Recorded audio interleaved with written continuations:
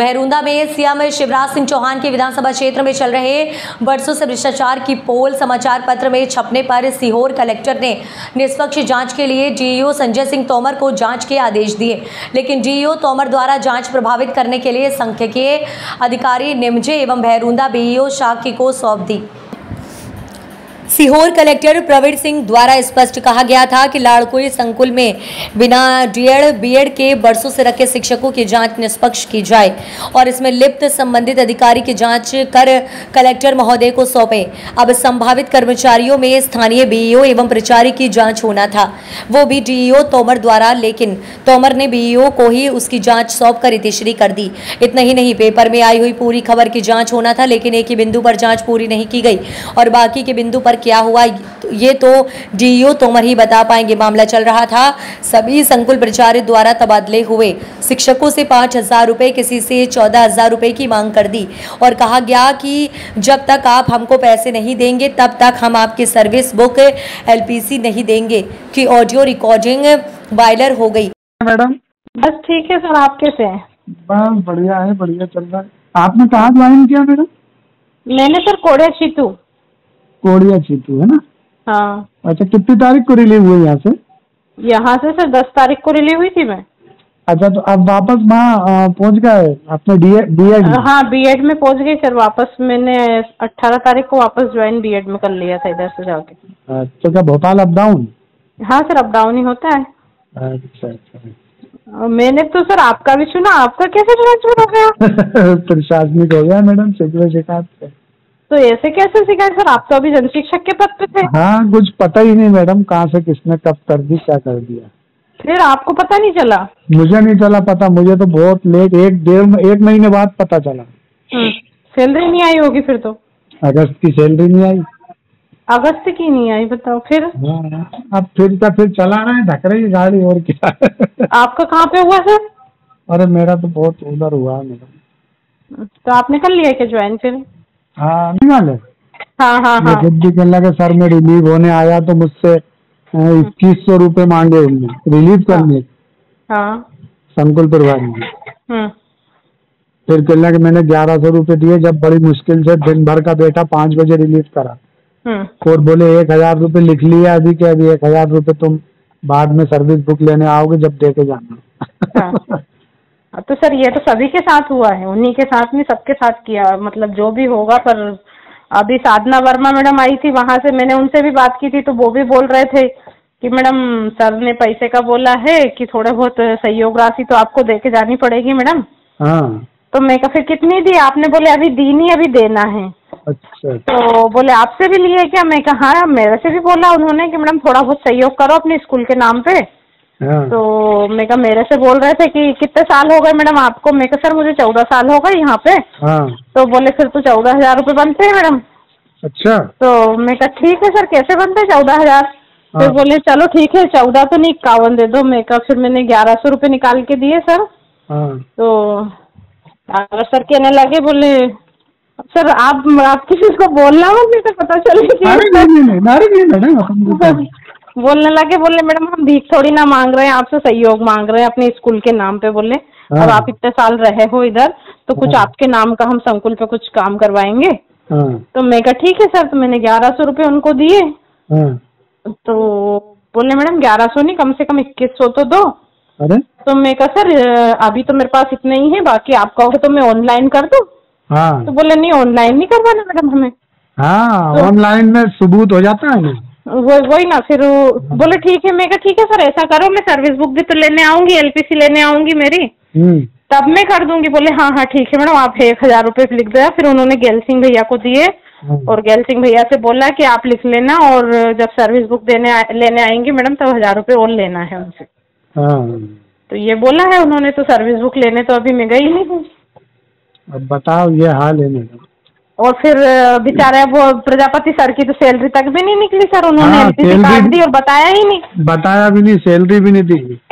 Salary भी नहीं दी, जबकि 25 तारीख तक तो सर उन्होंने उधर ही काम किया था। तो मैं ही मैडम 25 तारीख से मैं भी मेडिकल पे हूँ। 25 से आप भी हो? हाँ, 25 से 25 तक तो मैंने यही काम किया है। हाँ। मेरे ही वेतन नहीं दिया उसने। वही ना, वो तो प्रजापति सर बोल रहे थे, बोले मैडम 10 लोगों की एलपीसी कटी हुई रखी है और अपने खान सर की भी रखी है। तो मैं कहा खान सर की क्यों कटी हुई रखी है? बोले उनका भी ट्रांसफर हो गया। हाँ, तो वही समझ में नहीं आ रहा सर, अब क्या। अरे यहाँ तो मैडम बिल्कुल एक तरफा काम कर रहा है वो, बिल्कुल वो किसी से कुछ डर ही नहीं रहा है। संकुल प्रभारी तो एक तरफा काम कर रहा है, बिल्कुल दादागिरी के साथ। वही ना। और सर अभी आपको चौथी किस्त मिल चुकी क्या 7वें की? अभी नहीं मिली। उसमें मेरी एलपीसी में उन्होंने लिख के दे दिया है कि इनको चौथी किस्त डल चुकी है, छठे की सारी किस्त दे दी इनको और 7वें की चौथी किस्त दे दी। तो मैंने धावरे सर को लगाया फोन में, कहा सर कहाँ दे दी आपने चौथी किस्त? बोले नहीं मैडम बिल लग चुके हैं, आपको 1-2 दिन में मिल जाएगी। अब वो 1-2 दिन को 1 महीना हो गया सर, लेकिन अभी तक नहीं मिली है। तो कंप्लेन करो ना 181 पे। अरे सर मैं कहा आप निकल के आ गए, काय को? नहीं निकल के आ गए तो फिर आपको तो घाटा होगा ना। तो उन्होंने अब बोला है, फिर मैंने अभी 2-4 लोगों से पता किया, मैं कहा मिली कि नहीं मिली? बोले अभी नहीं मिली। मैं कहा जैसे मिले ना मुझे बताना, यदि मेरी नहीं मिली तो फिर मैं बोलूंगी, करूंगी शिकायत फिर। हाँ वो तो करना ही पड़ेगा, ऐसा कोई काम चल रहा है क्या? इनकी मनमर्जी का ही काम चलता है मैडम वहाँ तो। वही ना, ऐसे सर हमारी है ना उसकी किस्त रुकी हुई थी, पीआईसी की जो लेट मिली थी कोरोना टाइम में अपनी रुकी हुई थी, वो तो दी नहीं। हम 25 लोग रुक चुके थे उसमें। हाँ। उन्होंने उसके लिए सर 500-500 रुपए ले लिए और अखिल सर से हमने बात की और अखिल सर के हाथ में कुछ नहीं गया। तो वो बोल रहे थे हमसे कि मैडम आपने हमसे बोला था तो हमें तो कुछ मिला ही नहीं। मैं कहा नहीं सर, हमने धावरे सर को दे दिया और उन्होंने हमसे बोला है कि आपको दे दिए। हमने बोले नहीं मैडम मेरे पास आया ही नहीं। तो अब धावरे सर क्या कह रहे हैं मुझसे कि अखिल सर से बात करो। मैं कहा सर अब मैं किस मुंह से बात करूँ, उनसे पहले ही नहीं दिया आपने उनको। कहना पैसे तो मैंने आपको दिए और मैं बात अखिल सर से क्यों करूँ? मैं क्या करूँ? मैं कहा सर अब मैं जो सबका होगा वो मेरा हो जाएगा, मैं कोई बात नहीं करूँगा उनसे। हाँ। तो अब देखते हैं सर वो कब तक देते हैं अपनी चौथी किस्त। अब बोला तो है कि बिल लग चुके हैं मैडम, आपका नाम काटते हैं तो फिर से बिल बनाना पड़ता है, ऐसा वैसा। हम चौथी किस्त आपको यहीं से देंगे। मैंने तो ऐसा सुना है कि ये रिलीव कर रहा है उसके भी पैसे ले रहा है और जो ज्वाइन कर रहा है ना उनसे भी पैसे ले रहा है। तो ज्वाइन का तो नहीं पता सर, पर रिलीव में तो लिया उन्होंने, मेरे से भी लिए। मेरे से लिए 2100 रुपये, 2100 में से 1000 रुपये और देना है। अभी सर्विस बुक लेने जाएंगे, जब देखते हैं वो मांगेंगे तो फिर। हाँ वो तो अब आप तो दुर्गा नायक से जाके रिलीव हुए हो तो उनको तो पैसा उनका तो लगेगा ना, वो तो वही ना। अब बताओ हमारे दुर्गा नायक में तो सर कोई आ भी गए तो उनसे फिर ज्वाइनिंग के भी लिए होंगे। हाँ लिए, सुना है मैंने तो दुर्गा नायक मतलब ज्वाइन करने वाले टीचरों से भी पैसे ले रहा है। वही ना सर, अब देखो हमने ऑनलाइन का बोला तो ऑनलाइन वो पेमेंट करवा नहीं रहे। मैं को ऑनलाइन में सबूत हो जाता है ना कि देखो हमने दिए। हाँ ऑनलाइन में सबूत हो जाता है कि ये सब पेमेंट। वही ना, और केस में थोड़ी ना। अच्छा सर अपना परिचय दीजिए। मैं शादाब खान, पूर्व जन शिक्षक रहा हूँ लाड़कुई जन शिक्षा केंद्र में, और अब मेरा स्थानांतरण हो गया है यहाँ से। फिलहाल मैं मेडिकल में चल रहा हूँ। सर एक ऑडियो जो वायरल हो रहा है इसमें लगभग आपकी आवाज़ आ रही है जिसमें आप अन्य शिक्षक से बात कर रहे हैं, जिसमें कुछ लेन देन की बातें हो रही हैं, तो ये पूरा मामला क्या है? जी वो ऑडियो मेरे तक भी पहुंचा है। वो शिक्षक एक मेरे जन शिक्षा केंद्र के अंतर्गत ही स्कूल आते हैं, उन्हीं के वो शिक्षक हैं। उन्होंने मुझे बताया कि सर हम संकुल में हमसे कार्य मुक्त करने के नाम पर, सहयोग राशि के नाम पर, एक मैडम ने बताया कि हमसे 14,000 रुपये की मांग की और एक सर ने बताया कि हमसे 2100 रुपये की मांग की। तो वो मेरे से जानकारी दे रहे थे, सर क्या ऐसा होता है? मैंने कहा सर मेरे संज्ञान में तो ये बात है नहीं, और मैंने अभी तक ऐसा कहीं कार्य मुक्त होने वाले शिक्षकों से कोई चर्चा इस टाइप की हुई नहीं कि पैसा लिया जाता। लेकिन अब संकुल में अगर संकुल से कोई बात उठी है तो वो शिक्षकों ने पीड़ा मुझे सुनाई, तो मैंने उनको बात की। वो मेरी ही आवाज़ है, मेरे तक भी आई है। मतलब आप इस बात की पुष्टि करते हैं कि ये ऑडियो जो वायरल हुआ वो आप ही की चर्चा हुई है शिक्षकों से? हाँ, उन शिक्षकों ने मुझे ही फ़ोन लगा के चर्चा की थी। अब ऑडियो कहाँ से और कैसे वायरल हुआ है, ये मामला कौन से संकुल का है? ये संकुल केंद्र लाड़कुई का है। अच्छा, यहाँ प्रभारी कौन है? प्रभारी श्री विजय कुमार नागर जी हैं, संकुल प्रभारी। अच्छा, अब आप कहाँ पर पदस्थ हैं इस समय? सर मेरा ट्रांसफ़र आष्टा ब्लॉक में हुआ है और मैं फ़िलहाल 25 तारीख से मेडिकल पे हूँ। मेरी तबीयत अभी भी ठीक नहीं है, अभी भी मैं घर पर ही हूँ। और 25 के बाद मैं 25 से मेडिकल पे होने के बाद अभी मुझे मेरा वेतन भी नहीं मिला है। मैं काफ़ी चिंतित हूँ, परेशान हूँ थोड़ा। जिसने 2 शिक्षकों की ही नहीं बल्कि कई शिक्षकों की ऑडियो एक के बाद एक जनता के सामने आने लगी, जिससे यह साबित होता है कि लाड़कोई बेचारे कई वर्षों से भ्रष्टाचार में लिप्त है और आदतन भ्रष्टाचारी है, जिन्होंने अपने स्वार्थ के लिए टीक मोड वर्ग 1 का कोई पद नहीं होने के बाद भी शिक्षक को प्रचार्य बनाकर बैठाया है तथा एक शिक्षक के तबादला की जानकारी नहीं दी एवं उसका 1 माह का वेतन भी रोक दिया गया और बगैर बताए उसको छुट्टी कर दी। नागर ने इतना ही नहीं बल्कि अपने संकुल में 10 से 12 अपने नज़दीकी की शालाओं में अपने रिश्तेदारों को अतिथि शिक्षक के पोस्ट पर रखा, जो कि बगैर डीएड बीएड के अपात्र हैं। उन्हें जिला अधिकारी, डीपीसी, डीईओ एवं स्थानीय नेताओं का भी कहीं ना कहीं मिलीभगत दिखाई देती है और ये भी लिप्त ऐसा नजर आता है। भ्रष्टाचारी के हौसले बुलंद हैं, वहीं दूसरी ओर जिले के कर्मचारी भी लिप्त नजर आते दिख रहे हैं। किन से क्या रसीद दोगे क्या 2100 की? अरे बोले हम कोई रिश्वत थोड़ी ले रहे हैं, बच्चों में पैसा लगाएगा। मैंने कि बच्चों में लगाएगा तो हमें लगाना होगा तो हम वैसे लगा देंगे, जहाँ निजाम रहेंगे वहीं लगा देंगे, हमें बच्चों में लगा। हाँ क्या ना हमारा और तुम खाली रिलीव करने के 2100 रुपए लोगे तो क्या ना ये पैसे की क्या रसीद दे रहा है और इतना पैसा इकट्ठा करके, और तुम ये कौन सा नियम है कि दूसरों से पैसा लेके तुम अपनी मर्जी से लगाओगे? अरे जबरदस्ती सर, वो जब तक वो ही नहीं करा मेरा, वो निकाले ही नहीं, प्रिंट आउट ही नहीं निकाले कंप्यूटर से। 3 घंटे में तो परेशान हो गया, गुस्सा तो इतनी आ रही थी उस दिन। 5 बजे तो मेरे को रिलीव करा है। मतलब जब तक उसने 2100 रुपए नहीं ले लिए जब तक वो प्रिंट नहीं निकाला। और उसके बाद कहना कहाँ चलेगा, 3-4 घंटे में आज जबरदस्ती इतना नाटकबाजी है। और अभी भी सर्विस बुक के ठिकाने नहीं है और बहुत नाटक है सर। सर्विस बुक के क्या कह रहा है अभी? सर अभी देखो 2100 रुपये मांगे थे, अपन ने 1100 रुपये उस दिन दे दिए। फिर इनने लिख लिया कि 1000 रुपये सर्विस बुक जब देंगे तो उस समय देना पड़ेंगे। अच्छा।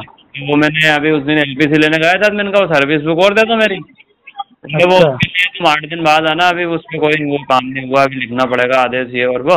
हाँ हाँ। तो वो मामला वही है कि वो 1000 रुपये उनको दे दो, सर्विस बुक दे दे। बस वो 1000 रुपये के लिए उनने सर्विस बुक रोक रखी, मतलब वो वही है कारण और क्या। हाँ हाँ। मैंने कहा मैं 1000 तो दूँ भी नहीं। और दूसरी बात है मेरी तनख्वाह भी नहीं बनाई। एलपीसी 25 तारीख के बाद में एलपीसी बना दी और सूचना भी नहीं दी मेरे को। और जब सबकी तनख्वाह आ गई, मैंने कहा मेरी तनख्वाह क्यों नहीं आई? मैंने फ़ोन लगाया फिर वहाँ पे। हाँ। तो जब पता चला कि वो एलपीसी बनी रखी तुम्हारी तो 25 तारीख के बाद, तो मैंने कहा सर पिछले महीने का वेतन वहीं से निकलना था, आपने एलपीसी क्यों बना दी बिना सूचना की? हाँ। अब वो मेरा वेतन ऐसा उलझा कि यहाँ भी वो एलपीसी सिंगल ली तो उनने वो सिंगल बिल नहीं लगा रहा है। हाँ तो यहाँ भी यही हाल है ना, मेरा भी तो वेतन नहीं बनाया उसने, एलपीसी मुझे भी पता नहीं पड़ा कब एलपीसी भेजी। नहीं चलो फिर एलपीसी बना रहा हो तो सूचना तो करो, हमें सूचना भी नहीं दी। हाँ सूचना तो मेरे को तो रिलीव तक की नहीं थी कि रिलीव कर दिया, उसकी भी सूचना नहीं दी मुझे। तो ऐसे तो हाल है। तो मैं तो क्या आया उस दिन, अभी एलपीसी लेके आया, मैंने कहा मैं आप कोई पैसे ही नहीं दूंगा, मेरी सर्विस बुक 8 दिन के अंदर कर देना। हाँ क्योंकि ना वेतन का ठिकाना बाड़ा तुमने और जबरदस्ती नाटकबाजी में तो वैसा बोले यार डायरेक्ट उनसे नागर सुधर गई। हाँ फिर क्या बोले? एक तो आपको अधिकार नहीं है, मैंने कहा एलपीसी बना के आप सूचना नहीं दे रहे हो, और उसके बाद में फिर मतलब वेतन रोक दिया। और पिछले महीने में जो 11 तारीख को रिलीविंग हुए ना, उन तक का वेतन पिछले संकुल से डला है। वो मेरा 25 के बाद की रिलीविंग है, उसके बाद में मतलब तुमने उनका एलपीसी बना दिया बिल के टाइम। हाँ तो यही हाल मेरा करा नहीं, मेरे साथ भी उसने यही हरकत करी।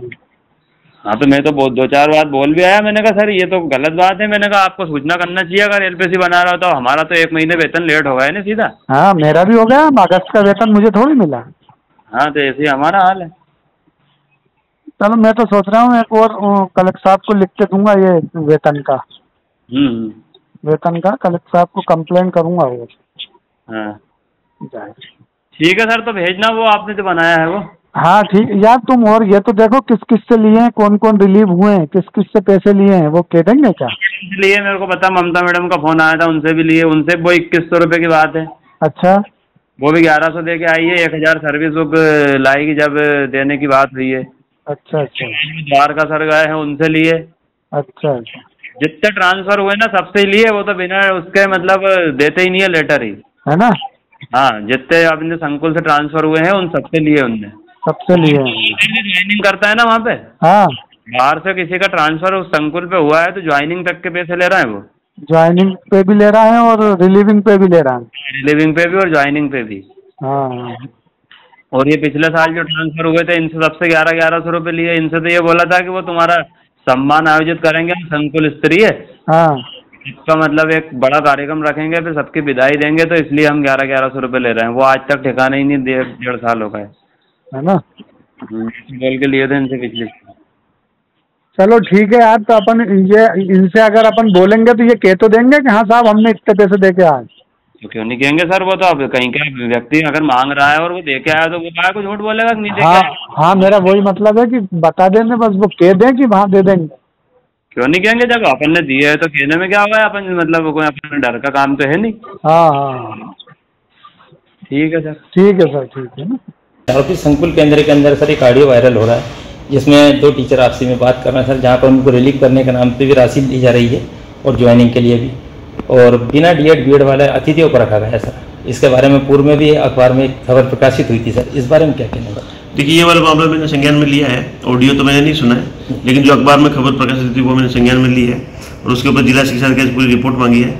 तो डीओ की लिखित रिपोर्ट आने के बाद में उसमें आवश्यक कार्रवाई हम लोग करेंगे। सर मैं कल जो है जानकारी ली थी जिला शिक्षा अधिकारियों से, तो इस बारे में पता चला सर कि बीओ साहब के अंडर में सर जांच दी गई है सर। अब बीओ साहब के तो खुद के ऊपर ही आरोप है सर, तो ऐसे में जांच निष्पक्ष हो पाएगी सर? तो ये प्रकरण मेरे संज्ञान में नहीं है, मैं डीओ से पूरी फाइल बुलवा लूंगा और जांच जो है बीओ के स्थान पर किसी अन्य अधिकारी से हम लोग करवाएंगे। Thank you sir.